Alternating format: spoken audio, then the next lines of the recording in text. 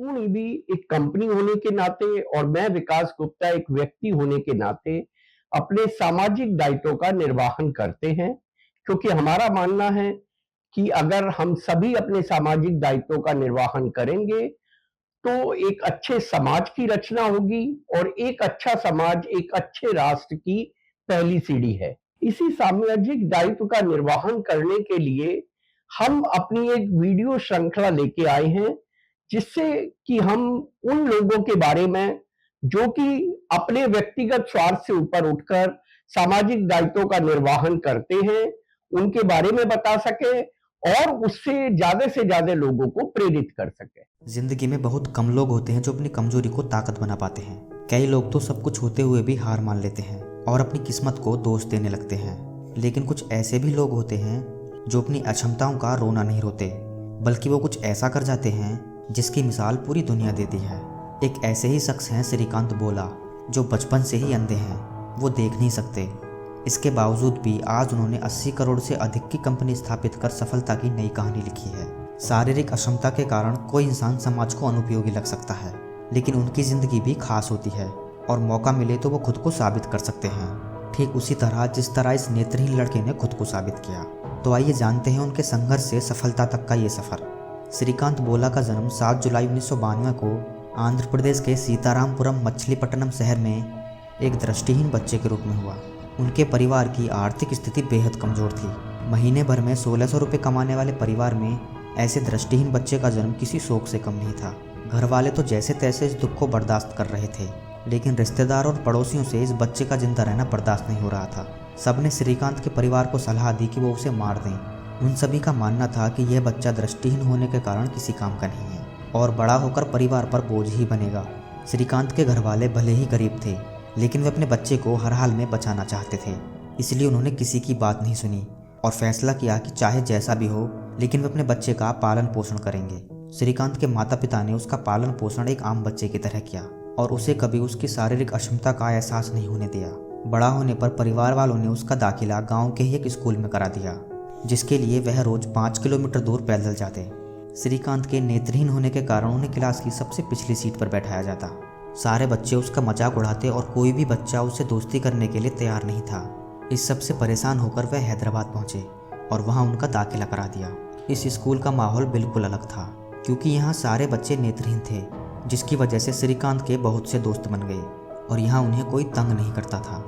सबको आश्चर्य तो तब हुआ जब दृष्टिहीन होने के बावजूद श्रीकांत हर क्लास में अच्छे नंबरों से पास होने लगे। 10वीं क्लास उन्होंने 90% अंकों के साथ पास की, जिसके बाद उन्हें तत्कालीन राष्ट्रपति APJ अब्दुल कलाम के लीड इंडिया प्रोजेक्ट से जुड़ने का मौका मिला। 10वीं के बाद श्रीकांत ने साइंस लेने की सोची, लेकिन स्कूल ने उन्हें साइंस में दाखिला देने से मना कर दिया। उनका कहना था कि साइंस विषय उन जैसे दृष्टिबाधित बच्चों के लिए नहीं है। ऐसा बेतुका नियम उनके जैसे छात्रों के खिलाफ एक अन्याय की तरह था। उन्होंने इसके खिलाफ आवाज़ उठाने की ठानी और स्कूल पर केस कर दिया। अपनी पढ़ाई को लेकर उनकी कानूनी लड़ाई लगभग 6 महीने तक चली और आखिरकार उन्हें साइंस पढ़ने की इजाज़त मिल गई। 2 साल बाद उन्होंने अपने प्रदर्शन से स्कूल की उस सोच को झुठला दिया, जिसके मुताबिक श्रीकांत का साइंस पढ़ना सही नहीं था। उन्होंने 12वीं क्लास में 98% मार्क्स लाकर सबको हैरान कर दिया। यहाँ से उनकी उड़ान को रोकने वाला कोई नहीं था। पढ़ाई में अच्छे प्रदर्शन के कारण उन्हें अमेरिका के MIT कॉलेज में पढ़ने का मौका मिला। यह उनके लिए बहुत बड़ी उपलब्धि थी, क्योंकि MIT में दाखिला मिलने के बाद वह देश के पहले नेत्रहीन छात्र बन गए थे। MIT से पढ़ाई पूरी करने के बाद श्रीकांत को अमेरिका की कई कॉरपोरेट कंपनियों में नौकरी के ऑफर मिले, लेकिन उन्होंने सभी ऑफर ठुकरा दिए। एक गरीब परिवार से आने वाले दृष्टिहीन युवक के लिए विदेश की नौकरी से बढ़िया भला क्या ही हो सकता है। लेकिन श्रीकांत ने वो ऑफर ठुकरा दिए, क्योंकि उन्हें अपने देश के लिए यहाँ के कमज़ोर लोगों के लिए कुछ करना था। अपनी इसी सोच के साथ वह भारत लौट आए और यहीं अपने काम शुरू करने की तैयारी में जुट गए। 2012 में इंडिया लौटकर श्रीकांत ने बोलेंट इंडस्ट्री के नाम से एक कंज्यूमर फूड पैकेजिंग कंपनी की शुरुआत की, जिसका मुख्य उद्देश्य अशिक्षित और दिव्यांग लोगों को रोजगार देना था। लेकिन उनके पास अपनी कंपनी खोलने के लिए फंडिंग जमा नहीं हो रही थी। उस समय रतन टाटा ने उनके जज्बे और काम को देखते हुए उनकी कंपनी में 1.3 मिलियन का निवेश किया, जिसके बाद उन्हें नया हौसला मिला और आज की तारीख में बोलेंट इंडस्ट्रीज़ ने आंध्र प्रदेश, तेलंगाना और कर्नाटक सहित अपनी 7 यूनिट स्थापित कर ली हैं।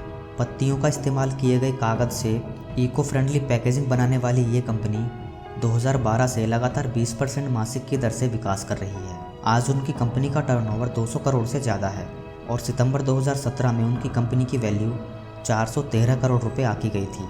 दृष्टिहीनता को कभी भी कमजोरी न मानने वाले श्रीकांत बोला आज अपने जैसों की सहायता के लिए जाने जाते हैं। आज उनकी कंपनी में लगभग 1500 लोग काम करते हैं और ख़ास बात यह है कि उनमें अधिकतर दिव्यांग लोग ही काम करते हैं। उनका मानना है कि दिव्यांगता मन से होती है, शरीर से नहीं।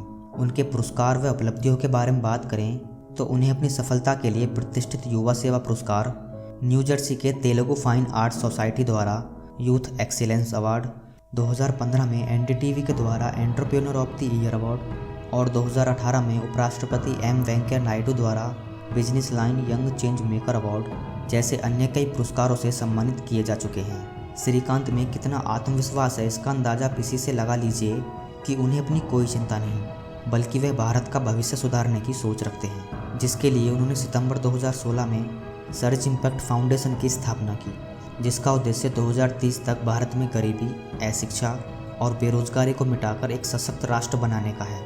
दोस्तों, श्रीकांत ने अपनी सफलता की कहानी अपनी मेहनत और कभी हार न मानने वाले जज्बे के साथ लिखी है। श्रीकांत बोला आज लाखों लोगों के लिए प्रेरणास्रोत बन चुके हैं।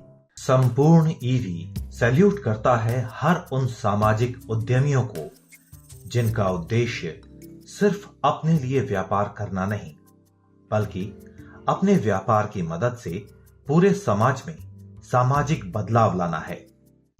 जय हिंद।